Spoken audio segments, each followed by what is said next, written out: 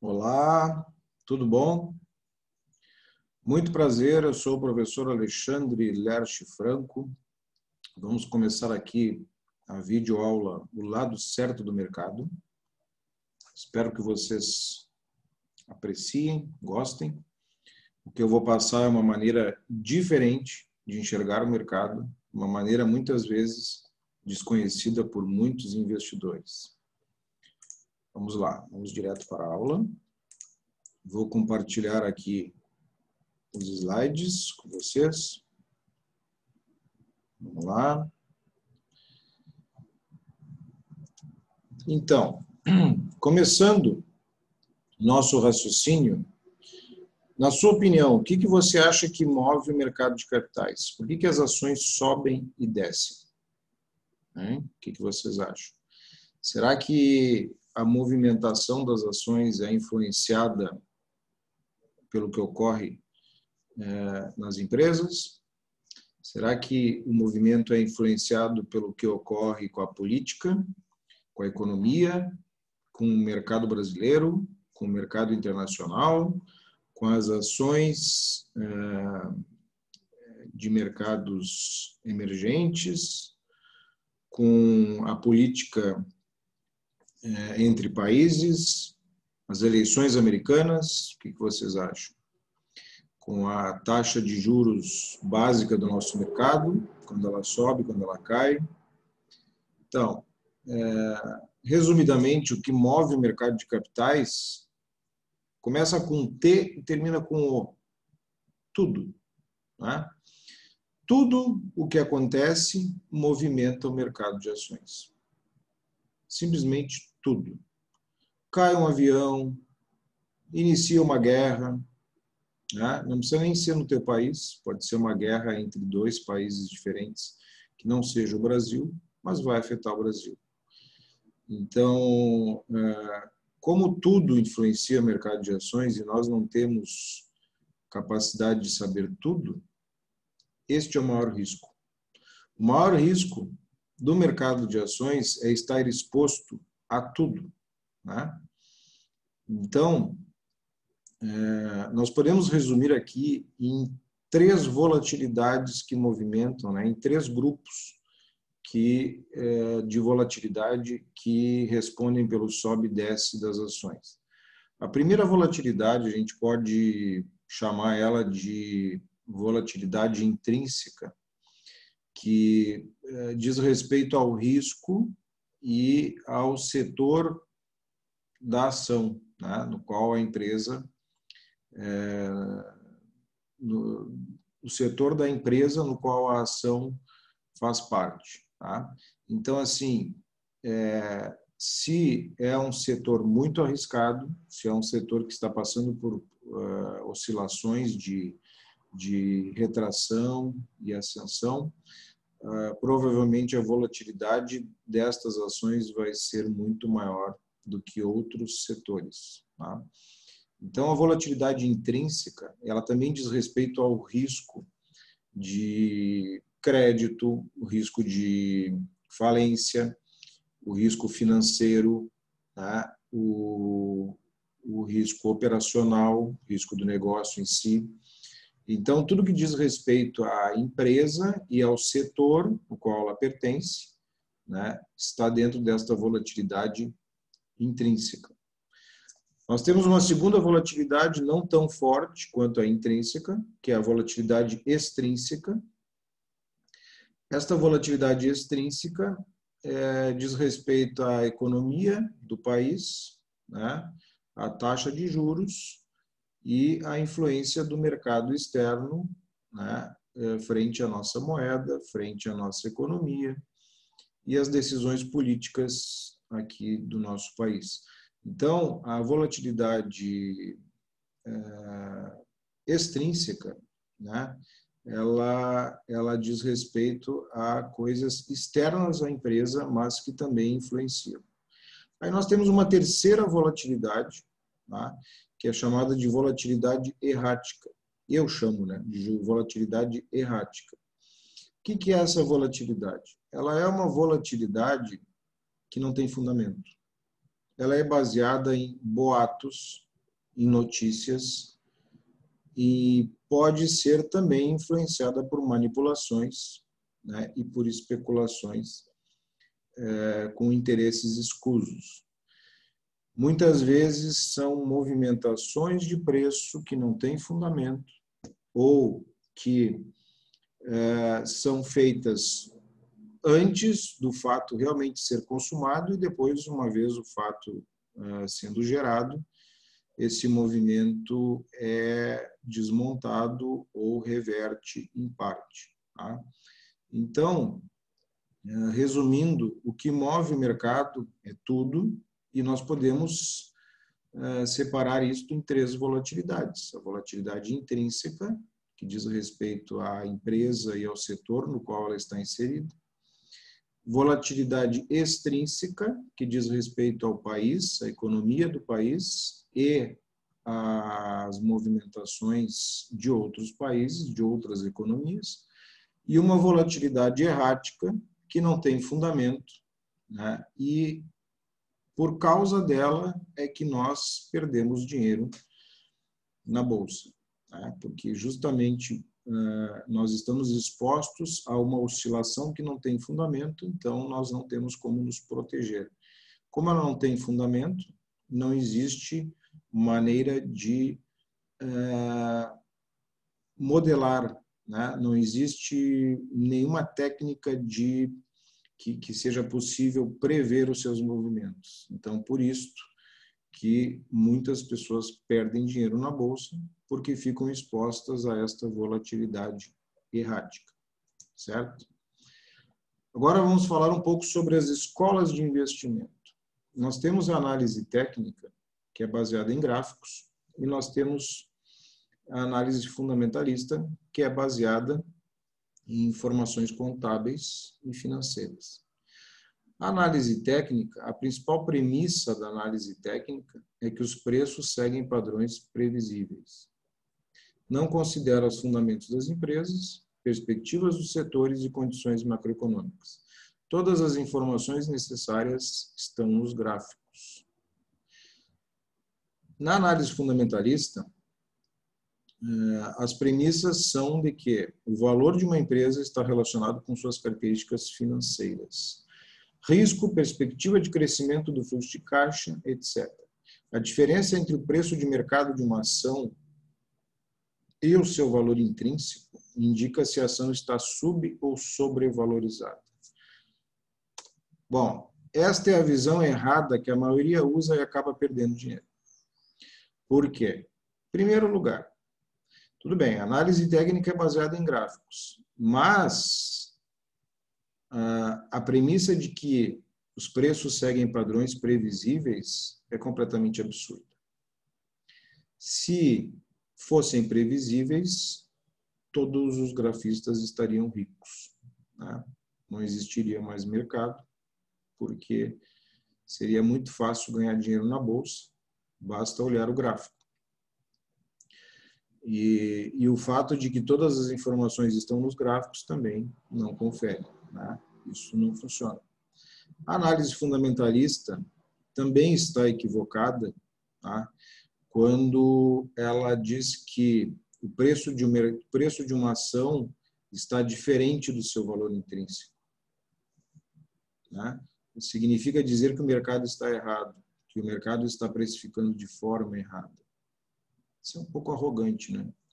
Acho que não... Vamos lá. Qual análise é a mais eficaz? Técnica ou fundamentalista? Elas realmente funcionam? Eu vou dar alguns exemplos para vocês, para que a gente possa desenvolver este raciocínio sobre essas escolas de investimento. Aqui nós temos a Vale, a antiga Vale 5, que era a ação preferencial da Vale. Eu estava posicionado em 2009 nela e ela estava em R$40. Estava usando essa plataforma gráfica, né, que não existe mais, e eu recebi por e-mail a análise do HSBC recomendando que venda as ações da Vale justamente porque eles acreditavam que ela ia cair, né, uma queda, ia cair para perto de 30. Vejam que ela está em 40. No mesmo dia, no final do dia, eu recebo uma outra recomendação de uma outra análise, uma outra casa de análise, recomendando compra, estimando que o preço nos próximos 12 meses vai subir e vai passar de R$50. Percebam o seguinte, eu estou posicionado numa ação e ela está valendo R$40. Aí eu recebo informações completamente antagônicas, né? Uma casa de análise recomendando que eu venda as ações, a outra casa recomendando que eu compre as ações. Então, para vocês verem que o problema da análise fundamentalista é que ela pode ter um viés muitas vezes subjetivo, né? Não dá para dizer que é intencional ainda, né? Mas pode estar equivocado, porque os dois lados aqui estavam realmente corretos. O que aconteceu com a ação? Ela realmente foi para 30 e foi para 50 nos 12 meses seguintes. Só que nenhum deles me disse para que lado ela ia antes. Se ela ia ir para os 30 e depois para os 50, ou se ela ia ir para os 50 e depois ir para os 30. Né? Este é o problema da escola fundamentalista. Ela não tem o timing certo. Né? A análise técnica, o que acontece?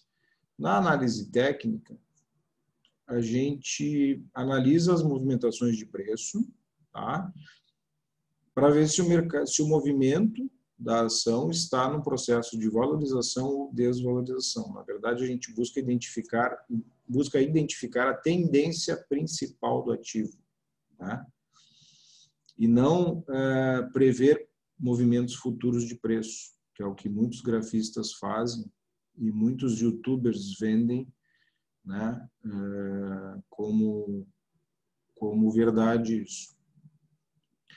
O que os gráficos nos mostram além das tendências? Esse é um ponto importante. Os preços das ações, eles não refletem diretamente os fatos que afetam o mercado. Refletem as reações humanas a eles, ou seja, como milhões de indivíduos reagem aos fatos e como seu futuro pode ser afetado por eles. Então, nós temos um componente psicológico nos gráficos, né? Nós temos medo, nós temos ganância. Por quê? Porque ações são movidas com base em decisões de investidores. Investidores que decidem comprar ou vender, né? E estas decisões não são decisões 100% objetivas. Existe um componente subjetivo nestas decisões. E este é o principal problema. Por quê? Porque isto é o que alimenta a volatilidade errática do nosso mercado. Certo? O que os gráficos não mostram? É impossível prever a movimentação futura dos preços através dos gráficos, né? Muitos analistas técnicos vendem essa ilusão. Mas o melhor de tudo é que a gente não precisa prever o futuro. A gente não precisa ter um QI de 3 dígitos para se dar bem no mercado financeiro. Tu não precisa usar de futurologia para ganhar dinheiro no mercado. Certo? Então, em resumo, o que não funciona na análise técnica? Achar que os preços seguem padrões previsíveis. Se fossem previsíveis, todos os grafistas já estavam ricos. Calcular um objetivo para o movimento, retração ou expansão. Depois que a ação parou de subir ou parou de cair, é fácil traçar gráficos. O difícil é traçar um gráfico que não existe, né? Gráfico futuro. Então, este objetivo para o movimento também é uma coisa muito difícil e os artigos científicos provam que isto não funciona. Achar que existe alguma forma de prever as movimentações de mercado. Então, futurologia não funciona. Não só na Bolsa, né? Não funciona em lugar nenhum. Por exemplo, no mesmo dia de hoje, daqui a um ano, vai chover ou não vai chover? Ninguém sabe, né? Daqui a uma semana, mesmo dia de hoje, mesmo horário de hoje, vai chover ou não? Também. Tudo bem que existe uma possibilidade mais forte de se prever a semana que vem do que o mês que vem, do que o ano que vem, mas continua tendo uma certa incerteza em relação a isso. A gente nunca vai ter uma certeza absoluta, né? Nem com o clima, nem com as ações. O que não funciona na análise fundamentalista? Achar que é possível determinar o valor justo de um ativo. Gente, o valor justo de um ativo é o que ele está sendo negociado na hora. Esse é o valor justo. Por que este é o valor justo? Porque quando o preço de uma ação chega num determinado valor, significa que este foi o último negócio realizado entre um comprador e um vendedor. O comprador e o vendedor concordaram que este preço é um preço certo. Então, por que este preço não é um preço justo? Por que este preço não é um valor justo, né? Então, o que os fundamentalistas pregam é que existem valores diferentes do preço atual de mercado. Acho que é um pouco arrogante isso, né? Esperar que o ativo retorne ao preço justo em um prazo definido. Então, mais arrogante ainda do que achar que o preço de uma ação não está correto, é achar que este preço deve se dirigir ao lado que a gente acha que é correto, né?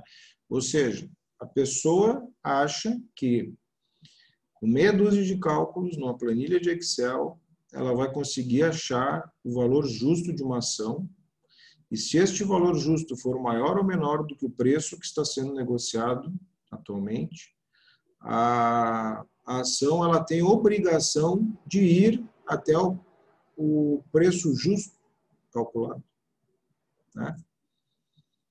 Como se fosse possível colocar numa planilha todos os fatos, né? Tudo que acontece numa empresa que movimenta o preço da sua ação. Usar informações contábeis para determinar distorções de preço.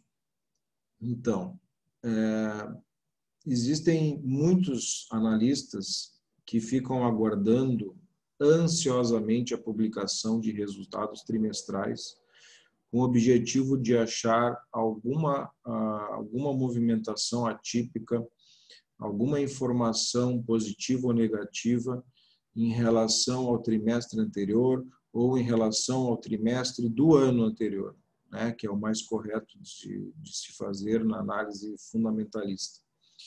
O que acontece aí?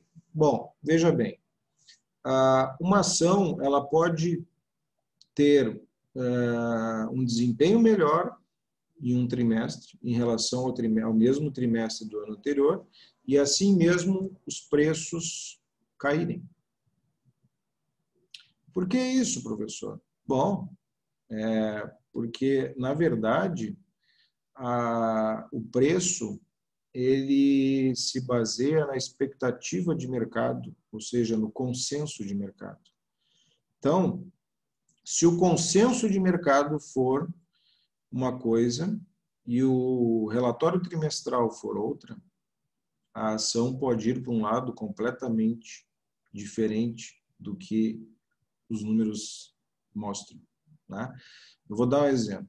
Digamos uma empresa, como uma empresa qualquer, tá? XYZ lá, que tem as suas ações na bolsa, e ela apresenta um resultado trimestral onde o lucro líquido do trimestre foi 30% maior do que o lucro do mesmo trimestre do ano anterior. Tá? Isso é uma notícia boa, né? 30% a mais de lucratividade. E aí o que aconteceu com a ação? A ação caiu 5% naquele dia, no dia seguinte da publicação de resultados. Vamos lá. Por que a ação caiu 5%? Porque o mercado esperava uma lucratividade de 50%. O mercado esperava que o lucro líquido fosse 50% superior. Viram? Então, mesmo tendo uma notícia boa, né, se ela não estiver de acordo com o consenso de mercado, não tem o que seja de bom, que a ação vai cair. Que, na verdade, o preço das ações na Bolsa de Valores representa o consenso de mercado. É o que o mercado enxerga para os fluxos de caixa, né? Os lucros futuros daquela organização. Então, se o mercado estava enxergando que era possível que o lucro fosse ampliado em 50%, ele já estava com essa previsão no preço. Aí veio a notícia de que não, o lucro não subiu 50%, subiu 30%. Né?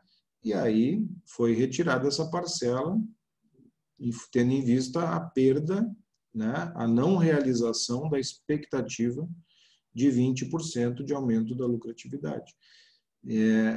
Então, para que realmente você, se você quer, né, realmente ganhar dinheiro analisando demonstrativos financeiros, você precisa, além de conhecer muito sobre finanças, você precisa saber o consenso de mercado. Você precisa saber o consenso de mercado.